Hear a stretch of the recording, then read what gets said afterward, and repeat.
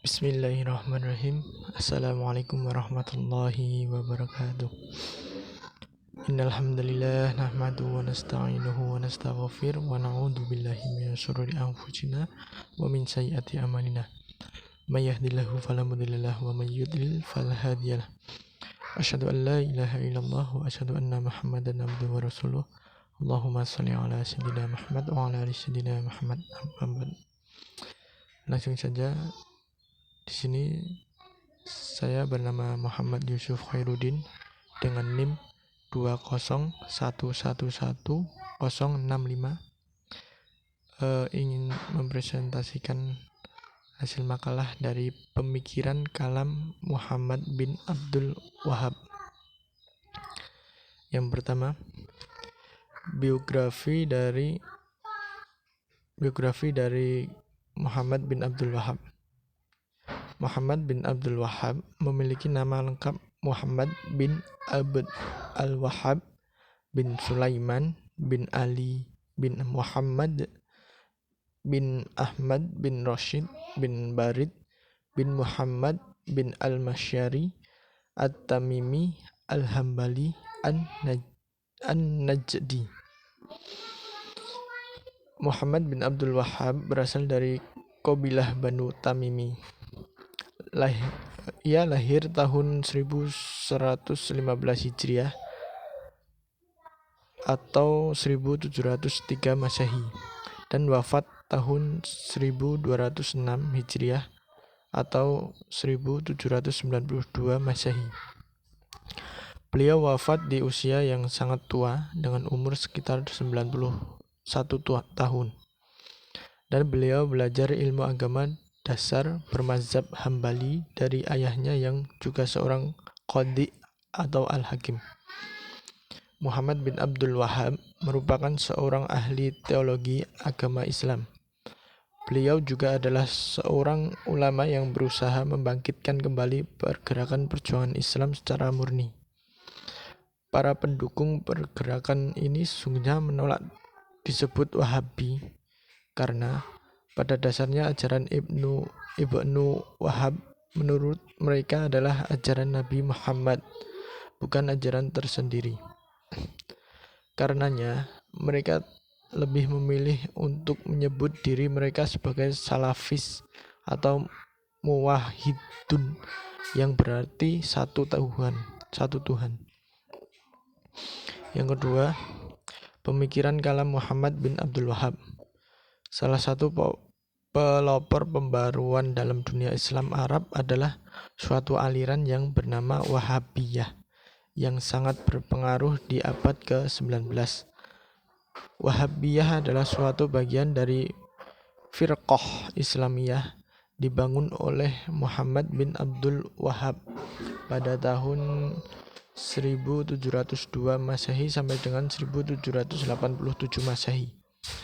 Paham atau mazhab Wahabi pada hakikatnya adalah kelanjutan dari mazhab Salafiyah yang dipelopori Ahmad Ibnu Tamiyah. Muhammad bin Abdul Wahhab mendalami ilmu-ilmu syariat dengan berkeliling ke wilayah-wilayah Islam seperti Basrah, Baghdad, Hamazan, Asfaham, Qum, dan Kairo. Setelah itu, ia berkeliling mendakwahkan pahamnya yang tak jauh berbeda dengan paham Ibnu Tamiyah dan mayoritas penganut mazhab Hambali. Abdul Wahhab mengadakan pembaruan dengan memperketat beberapa masalah yang tidak dilakukan oleh guru-gurunya. Ia mengharamkan rokok, melarang membangun kuburan meskipun sekedar dengan membuat gundukan tanah, melarang taswir atau foto atau gambar makhluk bernyawa. Ia juga melarang berbagai adat kebiasaan. Tauhid menurut Ibnu Abdul Wahhab pada dasarnya adalah pengabdian atau ibadah hanya kepada Allah dengan cara yang benar-benar mengesahkannya. Ia membagi tauhid menjadi 3, yaitu yang pertama, tauhid rububiyah berkenaan tentang pengesaan Allah Subhanahu wa taala sebagai Maha Pencipta segala sesuatu yang terlepas dari segala macam pengaruh dan sebab. Yang kedua, tauhid asma wa sifat, hubungan dengan pengesaan nama dan sifat-sifat Allah yang berbeda dengan makhluknya. Yang ketiga, tauhid ilahiyah, berkaitan dengan pengesaan Allah Subhanahu wa taala sebagai Tuhan yang disembah. Di antara ajaran Muhammad bin Abdul Wahhab yang berkenaan dengan tauhid adalah: yang pertama, zat yang boleh disembah hanyalah Allah Subhanahu wa taala semata, dan orang yang menyembah kepada selain Allah telah menjadi musyrik dan boleh dibunuh. Dua, kebanyakan umat Islam bukan lagi penganut tauhid yang murni karena mereka meminta pertolongan bukan lagi kepada Allah Subhanahu wa taala, tetapi kepada para wali dan orang saleh. Muslim seperti ini telah menjadi musyrik. Yang ketiga, termasuk perbuatan musyrik adalah memberikan dan menyebutkan gelar dan sebutan kehormatan kepada nabi, wali, atau malaikat, terutama dalam sholat. Misalnya kata Sayyidina Habibuna Syafi'un. Nah, 4, memperoleh dan menetapkan ilmu yang tidak didasarkan kepada Al-Quran dan Sunnah merupakan kekufuran. Yang kelima, menafsirkan Al-Quran dengan takwil merupakan kekufuran. Yang keenam, pintu ittihad selalu terbuka dan wajib dilaksanakan oleh orang yang mampu.